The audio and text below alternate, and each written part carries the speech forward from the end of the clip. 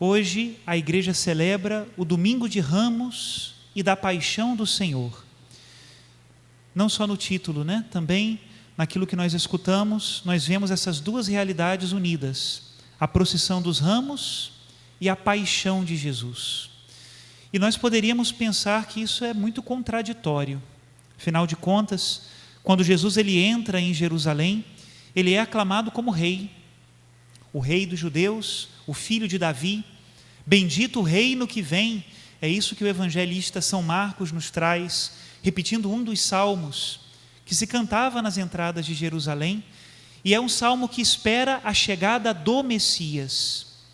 Depois, esse mesmo Messias, na mesma semana, vai ser crucificado. E nós poderíamos nos perguntar, por que uma missa reúne essas duas ideias? O rei glorioso e o rei crucificado. Porque uma tempera a outra. É muito interessante Jesus Cristo, que durante toda a sua vida pública não aceitou ser chamado de Messias, e aqueles que o chamavam Messias, ele pedia que se calassem. Jesus Cristo antes não aceitava o título de rei e saía de perto quando queriam declará-lo rei, porque a ideia que o povo tinha desse reinado messiânico era uma ideia política demais. Não era esse o reino que Jesus Cristo veio nos trazer. E por isso, para que nós possamos entender bem o reino do Senhor, foi necessário que chegasse esta última semana, onde apareceria também o reinado de Jesus, não somente na entrada triunfal de Jerusalém, mas na sua paixão, na sua cruz. Paixão não tem nada a ver com isso que nós hoje vulgarmente entendemos por paixão. A paixão é o contrário de ação. Jesus Cristo padeceu. Fizeram com ele o que queriam. Ele mesmo anunciava que ele seria entregue nas mãos dos homens. E, no entanto, nessa paixão de Jesus, ele também era um ator. Ele entregou a sua vida. No Evangelho de São João, capítulo 10, ele diz: ninguém tira a minha vida, eu a entrego livremente. E esse é o reinado do nosso Deus. E Jesus foi crucificado com uma coroa de espinhos e com uma inscrição de que ele era o rei dos judeus, justamente porque essa foi a sua condenação. Foi condenado por ser o nosso rei. Talvez na nossa cultura nós não tenhamos aquela fineza que tinham os judeus para entender todos os sinais de reinado que apareceram naquela entrada triunfal de Jerusalém. Mas para um judeu, toda aquela simbologia era muito, muito eloquente. Eles de fato entenderam que Jesus era o rei. Desamarrar um jumentinho foi exatamente o que no livro do Gênesis se diz de Judá. Diz que o cetro não se afastaria de Judá e que ele desamarraria o jumentinho da vinha. Este era o símbolo do rei, filho de Judá, da tribo de Judá, o leão da tribo de Judá. E esse é Jesus. Também o fato de montar num potro que não era seu, mas que foi requerido por alguém da cidade. O fato de montar um jumentinho que ninguém antes tinha montado. Isso também é símbolo de que Jesus Cristo é rei. É o direito do rei estrear a montaria. Também o fato de entrar na cidade montado num jumento. Foi exatamente assim que Salomão entrou em Jerusalém para impedir que um usurpador tirasse dele o trono. Para o reino de Israel, o jumentinho era a montaria dos reis. E assim Jesus entrou em Jerusalém. E também o modo como as crianças o aclamavam: Hosana ao filho de Davi. Os judeus entenderam que ele era o seu rei. Também os romanos entenderam que era Jesus o rei. Condenaram ele por isso. Pilatos faz essa pergunta: tu és o rei dos judeus? Também na condenação romana da placa estava escrito: o rei dos judeus. E os soldados, quando se burlavam de Jesus, colocando nele um manto vermelho, uma coroa de espinhos, batendo na sua cabeça, se prostravam e diziam: salve, ó rei dos judeus. Tanto os judeus como os romanos, de bom grado ou de mau grado, consciente ou inconscientemente, aclamavam a Jesus Cristo como Rei. E essa foi a sua condenação. Muito já se estudou na história para dizer de quem foi a culpa da condenação de Jesus. Se foi dos judeus e dos sumos sacerdotes que condenaram e levaram Jesus até Pôncio Pilatos, ou se foi de Pilatos, que era a autoridade romana e lavou as mãos diante do processo de Jesus. Muito se debateu, a culpa é dos romanos ou a culpa é dos judeus? É interessante porque se nós colocamos a culpa em alguém, nós encerramos o caso. É assim no processo judicial, quando se descobre o culpado e se condena o culpado, então já não existe mais processo. O processo na história se virou, né? Quem condenou o inocente? Os judeus ou os romanos? E quando nós queremos encontrar essa resposta fácil, no final o que nós estamos querendo é encerrar o assunto. Pronto, já descobrimos o culpado da morte de Cristo, não pensemos mais nisso. Mas o Evangelho é mais rico. E ele mostra que outras pessoas também participaram da condenação de Jesus. Não nos esqueçamos que foi um dos 12 que traiu Jesus. Um dos seus discípulos. Não nos esqueçamos que outro desses discípulos negou Jesus 3 vezes. E aonde estavam os restantes? Calados, escondidos. Não disseram nada, não defenderam o seu mestre, não deram a cara por ele. Também a multidão que estava em Jerusalém, foi ela que gritou Hosana no domingo de Ramos, mas também foi ela que gritou crucifica-o na sexta-feira da paixão. Não são só os judeus ou os romanos que são os culpados da condenação de Cristo. Todos os que estavam ali, também os seus discípulos, estavam envolvidos nessa condenação. E trazendo para nós essa realidade, nós podemos dizer que esse processo se renova na vida de cada um dos discípulos de Cristo, porque nós também negamos o Senhor, porque nós também com os nossos pecados condenamos a Jesus, porque nós também tiramos o nosso corpo fora e achamos melhor, como nós lemos durante essa semana, que um só morra pelo povo. Por isso nós batemos no peito na Semana Santa e reconhecemos que com os nossos pecados nós também crucificamos o Salvador.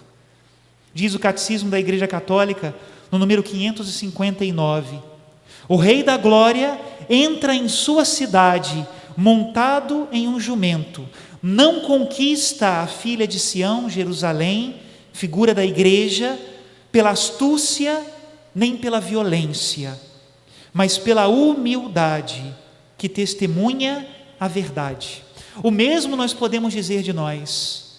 O Senhor não quer esse reino que está no nosso interior. Ele disse, o meu reino não é deste mundo. O reino de Deus está nos corações, e Ele não entra nos corações pela astúcia, pelo engano ou pela violência. Ele entra nos corações pela humildade, que testemunha a verdade, assim como entrou em Jerusalém.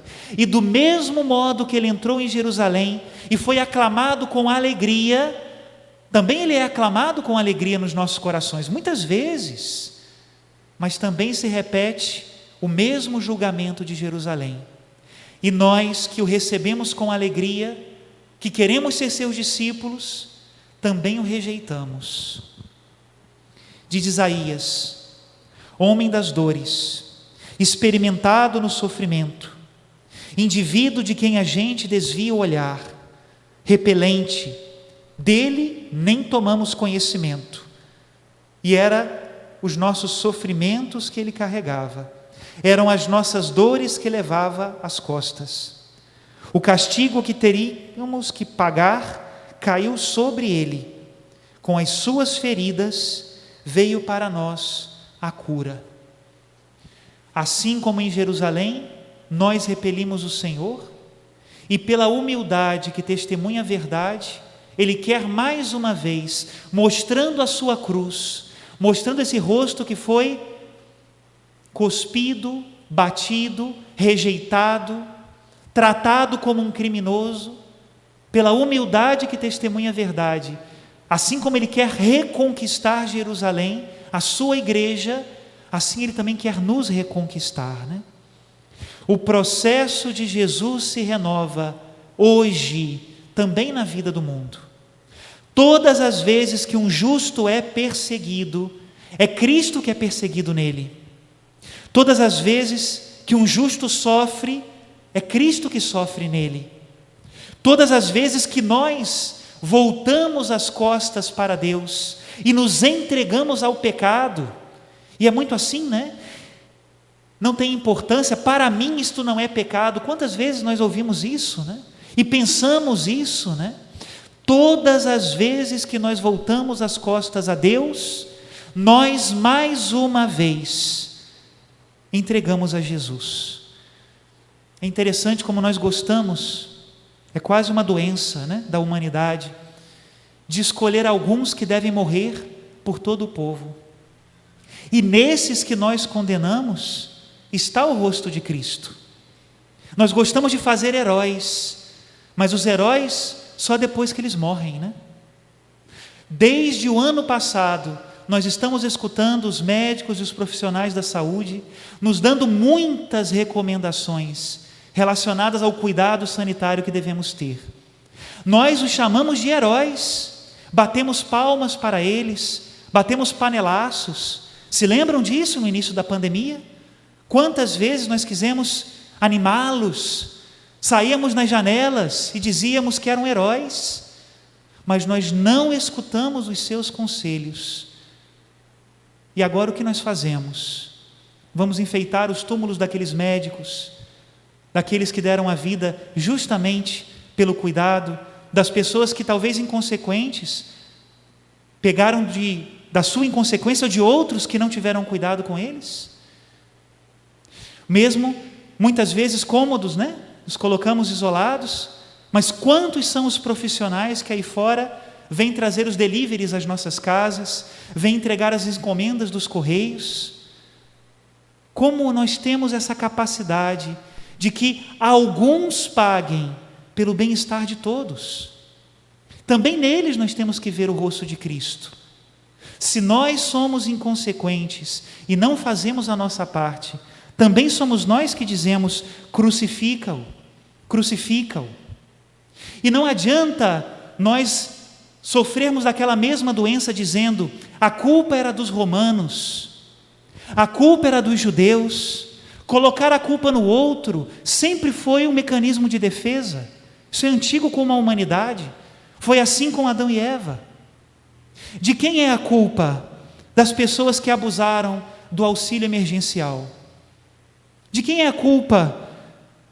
Daqueles que foram corruptos na compra de respiradores, na superfaturamento de notas. De quem é a culpa?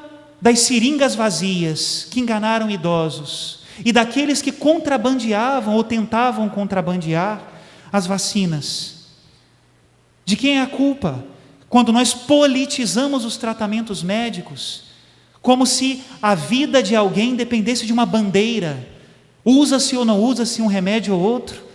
Se perde a razão, não se ouve a medicina? Tratamentos que são conhecidos são deixados de lado, porque logicamente com um vírus novo não se pode ter um estudo definitivo que diga que todos os tratamentos são 100% seguros.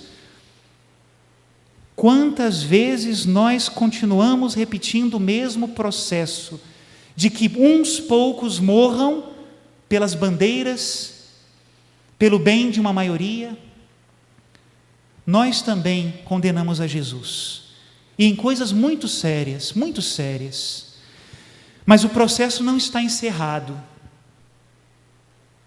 Nós podemos fazer diferente. Ainda faltam alguns atores que eu não falei e que participaram da paixão. Também participaram da paixão o Cirineu, que carregou com Cristo a sua cruz. E graças a Deus, quantos de nós e quantos de nossos conhecidos estão trabalhando incansavelmente para que o que nós podemos fazer seja feito na área da vacinação, na área dos cuidados pessoais, na colaboração de não fazer as aglomerações, de não sair quando não há necessidade. Também esses, quando aguentam a solidão, o isolamento ou o peso do seu trabalho essencial todos os dias, são Cirineu que carregam com Cristo a cruz. Quantos de nós e quantos dos nossos conhecidos reconhecem a Jesus como ladrão arrependido, que talvez, reconhecendo os seus erros, mudaram de atitude e fizeram coisas, beleza, maravilhosas, né? O ladrão também reconheceu a Jesus quando todos os discípulos se calaram. Ele não se calou quando diziam a ele: se és o rei de Israel, desce da cruz. O ladrão não se calou. Nós merecemos, disse o ladrão, o que nos acontece, mas este, que mal ele fez? Lembra-te de mim quando estiveres no teu reino. Ele reconheceu o rei de Israel. E no evangelho que nós lemos hoje, também o centurião, aos pés da cruz, reconheceu o Filho de Deus. Meus irmãos, tempo de Semana Santa não é tempo de acusações mútuas, não é tempo de nós ficarmos recordando os erros do passado, não é tempo de nós nos julgarmos justos e acharmos que só os outros são pecadores, ou então nos julgarmos muito pecadores, como gente que não tem remédio. Isso não é a Semana Santa. A Semana Santa é o tempo de cada um olhar para si, se arrepender e voltar-se para Deus e encontrar nele o perdão. O processo não está terminado. Nós podemos fazer a diferença. Nesta Semana Santa, não nos esqueçamos de todos aqueles que sofrem, não nos esqueçamos de todos aqueles que trabalham, não nos esqueçamos de todos aqueles que colaboram, e nós também estejamos nestes 3 grupos. Louvado seja nosso Senhor Jesus Cristo. Para sempre seja louvado.